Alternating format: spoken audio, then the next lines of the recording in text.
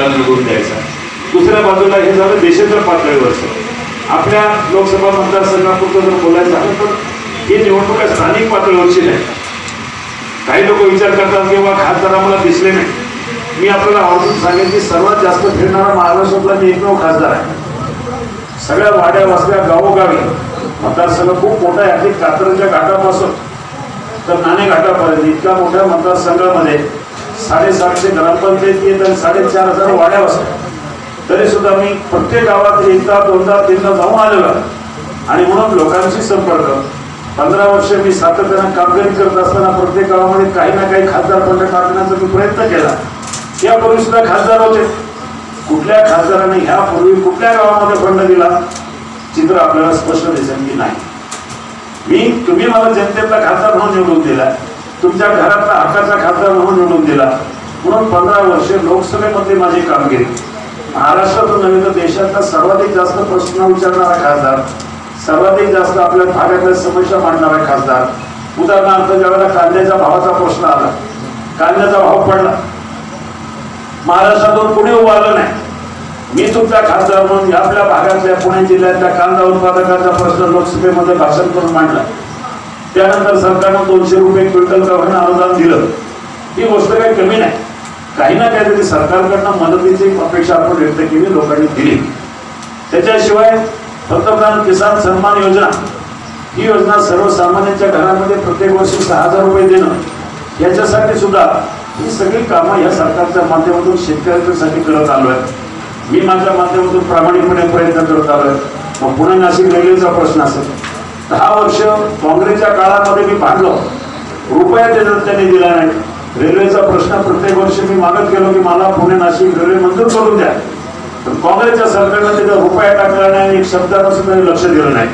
तर ज्या वेळेला आमचं सरकार आलं त्यावेळेला नरेंद्र मोदींच्या नेतृत्वाखाली या सरकारनं दुसऱ्याच वर्षी जवळजवळ हा पुणे नाशिक रेल्वे माझा मंजूर केला.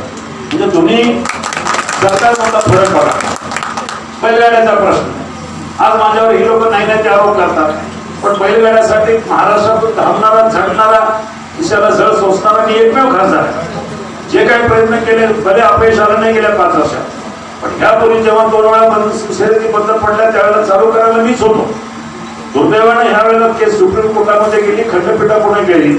म्हणून अजून आपल्याला यश जरी आलं नाही तरी येणाऱ्या 2-3 महिन्यामध्ये मी तुम्हाला खात्री देतो. निमित्तानं आपल्या सगळ्यांचे आशीर्वाद घेण्यासाठी, आपल्या गावचं ग्रामदेवत विरोबांचा आशीर्वाद घेण्यासाठी आम्ही सर्वजण या ठिकाणी उपस्थित आहोत. आपल्या सगळ्यांना माहिती आहे लोकसभेचं मतदान येणाऱ्या 29 एप्रिल म्हणजेच 21 दिवसानंतर हे मतदान होणार आहे. लोकसभेची निवडणूक प्रत्येक 5 वर्षांना होत असते आणि लोकसभेच्या निवडणुकीच्या माध्यमातून खऱ्या अर्थानं देशाचा कारभार कोणाच्या हाती द्यायचा, देशाचं नेतृत्व कोणाच्या हाती द्यायचं, कुठल्या सरकारच्या हाती द्यायचं, अशा प्रकारचा निर्णय ह्या लोकसभेच्या निवडणुकीच्या माध्यमातून होत असतो. उदाहरणार्थ आपल्या ग्रामपंचायतीचं मतदान असतं त्यावेळेला गावाचा कारभार कोणाकडे द्यायचा त्यासाठी मतदान करतो.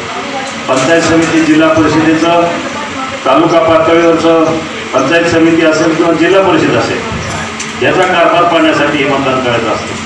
परंतु लोकसभेची निवडणूक आज जर बघायला गेलं तर भारत देशाकडे सगळ्या जगाचं लक्ष लागलं आहे आणि विशेष करून ह्या लोकसभेच्या निवडणुकीकडं सगळं जग जवळून पाहत आहे की उद्या ह्या देशात काय होणार आहे. आणि आपल्या सगळ्यांना माहिती आहे की ह्या देशाचं नेतृत्व करण्यासाठी फक्त 2च पर्याय, आज तरी 2च पर्याय उपलब्ध आहेत. एक म्हणजे नरेंद्र मोदी की ज्यांनी गेले 5 वर्ष या देशाची प्रतिमा, या देशाची मान जगाच्या पाठीवर उभी राहण्यासाठी, उंचवण्यासाठी मनापासून प्रयत्न केले. आणि दुसरा पर्याय म्हणजे राहुल गांधी. त्यामुळे दुसरा पर्यायाच्या संदर्भामध्ये मला वाटत नाही कोणी विचार करेल. कारण आज शहरात जा, कुठेही जा, मी काल हडपसरला होतो. हडपसरचं मतदान जवळजवळ 4,90,000च्या आसपास आहे. त्यावेळेला अख्खा हडपसर रस्त्यावर उतरून मला पाठिंबा देण्यासाठी आणि नरेंद्र मोदींचं सरकार काल खूप मोठी रॅली झाली, सभा झाली. आणि हे चित्र सगळ्याच ठिकाणी आहे. आंबेगाव असेल, खेड असेल, चाकण असेल, भोसरी, हडपसर, हवेली, सगळ्या ठिकाणी जनतेचा एकच रिस्पॉन्स आहे. काही झालं तरी ह्या वेळेला पुन्हा एकदा नरेंद्र मोदींना पंतप्रधान करायचं. का करायचं मी आपल्याला ह्यासाठी सांगतो ज्या वेळेला आपल्यावर वेळ आली 1.5 महिन्यापूर्वी, ज्यावेळेला भारताचे जवान 40 जवानांना पाकिस्तानने, छोट्या देशाने आपल्या देशामध्ये घुसून 40 जवानांना मारलं, त्याचा बदला यापूर्वी कुठल्याही पंतप्रधानांनी असा विचार कधी केला नव्हता. परंतु कणखर नेतृत्व असलेल्या नरेंद्र मोदींनी कोणाची पर्वा न पाहता जवानांच्या हत्येचा बदला घेण्यासाठी पाकिस्तानमध्ये घुसून वायुदलाला सांगितलं की हे सर्जिकल स्ट्राईक करा आणि त्याचं जवळ 300 लोक मारले. ही एक अभिमानाची गोष्ट आहे. मला एक सांगा, 10 वर्षापूर्वी जेव्हा मुंबईवर हल्ला झाला, 300 लोक मारली गेली 26/11च्या हल्ल्यामध्ये, त्यावेळेला सुद्धा पंतप्रधानांनी कधी विचार केला नाही की जाऊन पाकिस्तानमध्ये जे 150 लोक मारले त्याचे बदला घ्यावा. पण नरेंद्र मोदींनी 40 लोक मारले तर त्याचे 300 मारले जाऊ तिथं. हा फरक आहे सामर्थ्यवान नेतृत्वाचा, मांडण्याचा, ताकदीचा. आणि म्हणून अशा प्रकारचा पंतप्रधान आपल्याला निवडून द्यायचा. दुसऱ्या बाजूला हे झालं देशाच्या पातळीवरचं. आपल्या लोकसभा मतदारसंघापुरतं जर बोलायचं झालं तर ही निवडणूक स्थानिक पातळीवरची नाही. काही लोक विचार करतात की बाबा खासदार आम्हाला दिसले नाही. मी आपल्याला आवर्जून सांगेन की सर्वात जास्त फिरणारा महाराष्ट्रातला मी एकमेव खासदार आहे. सगळ्या वाड्या वस्त्या गावोगावी मतदारसंघ खूप मोठा आहे. अगदी कात्रजच्या घाटापासून तर नाणे घाटापर्यंत इतक्या मोठ्या मतदारसंघामध्ये 750 ग्रामपंचायती आहेत आणि 4500 वाड्या वस्त्या. तरी सुद्धा मी प्रत्येक गावात 1दा 2दा 3दा जाऊन आलेलो आहे. आणि म्हणून लोकांशी संपर्क 15 वर्ष मी सातत्यानं कामगिरी करत असताना प्रत्येक गावामध्ये काही ना काही खासदार फंड टाकण्याचा मी प्रयत्न केला. यापूर्वी सुद्धा खासदार होते. कुठल्या खासदाराने ह्यापूर्वी कुठल्या गावामध्ये फंड दिला चित्र आपल्याला स्पष्ट दिसेल की नाही. तुम्ही मला जनतेतला खासदार म्हणून निवडून दिला, तुमच्या घरातला हक्काचा खासदार म्हणून निवडून दिला. म्हणून 15 वर्ष लोकसभेमध्ये माझी कामगिरी, महाराष्ट्रातून नव्हे तर देशातला सर्वाधिक जास्त प्रश्न विचारणारा खासदार, सर्वाधिक जास्त आपल्या भागातल्या समस्या मांडणारा खासदार. उदाहरणार्थ ज्यावेळेला कांद्याच्या भावाचा प्रश्न आला, कांद्याचा भाव पडला, महाराष्ट्रातून कुणी उभं आलं नाही. मी तुमचा खासदार म्हणून आपल्या भागातल्या पुणे जिल्ह्यातल्या कांदा उत्पादकाचा प्रश्न लोकसभेमध्ये भाषण करून मांडला. त्यानंतर सरकारनं 200 रुपये क्विंटल का अनुदान दिलं. ही गोष्ट काही कमी नाही. काही ना काहीतरी सरकारकडनं मदतीची अपेक्षा आपण व्यक्त केली, लोकांनी दिली.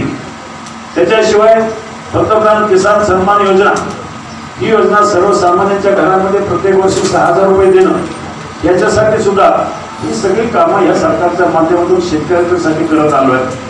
मी माझ्या माध्यमातून प्रामाणिकपणे प्रयत्न करत आलोय. मग पुणे नाशिक रेल्वेचा प्रश्न असेल, 10 वर्ष काँग्रेसच्या काळामध्ये मी भांडलो, रुपया त्यांनी दिला नाही. रेल्वेचा प्रश्न प्रत्येक वर्षी मी मागत गेलो की मला पुणे नाशिक रेल्वे मंजूर करून द्या. पण काँग्रेसच्या सरकारनं तिथं रुपया टाकला नाही, एक शब्दानं सुद्धा लक्ष दिलं नाही. पण ज्या वेळेला आमचं सरकार आलं त्यावेळेला नरेंद्र मोदींच्या नेतृत्वाखाली या सरकारनं दुसऱ्याच वर्षी जवळजवळ हा पुणे नाशिक रेल्वे माझा मंजूर केला. म्हणजे तुम्ही सरकारमधला फरक बघा.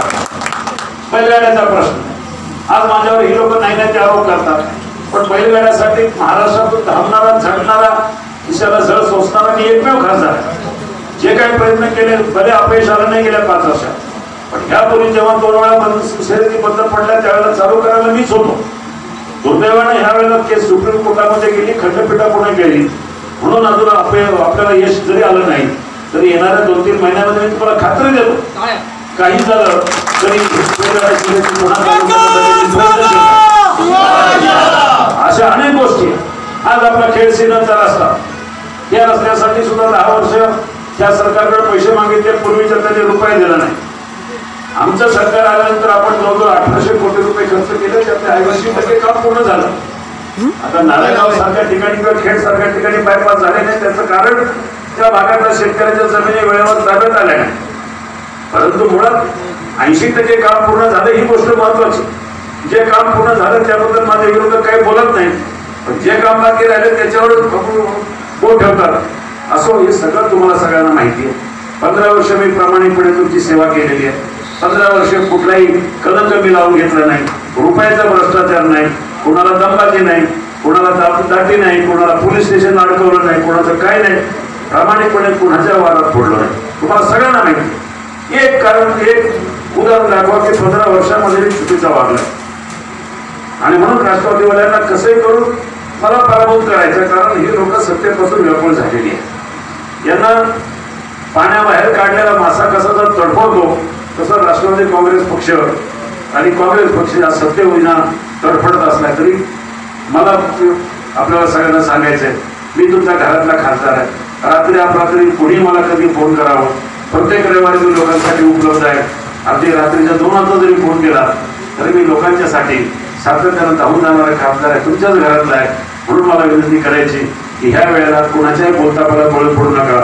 अनेक नवीन नवीन कारणं सांगतील, अनेक गोष्टी सांगतील, फसवण्याच्या गोष्टी करतील, परंतु त्या बोलतापणा बळी पडू नका. कारण सरकार हे वर नरेंद्र मोदीचंच येणार आहे आणि नरेंद्र मोदीचं सरकार आल्यावर त्याच विचाराचा खासदार जर पवार साहेब सुद्धा सांगते ते त्यांचंच सरकार. पवार साहेबांचा विशेष घ्यायला तर उभेच नाही तर पंतप्रधान कसे राहतील. अंदाज त्यांचं सांगतं भविष्यवत ते येते. आता नरेंद्र मोदी पंतप्रधान झाल्यावर आपल्या विभागाचा खासदार म्हणून मी जर तिथं असेल तर नक्कीच आपल्याला न्याय मिळणार आहे आणि दुसरा खासदार असेल तर तिथं त्याला कोण विचारणार नाही. म्हणून मला विनंती करायची की पुन्हा एकदा मला त्या 29 तारखेला धनुष्यबाणाच्या चित्राच्या बाजूचं बटन दाबून प्रचंड बहुमताने विजय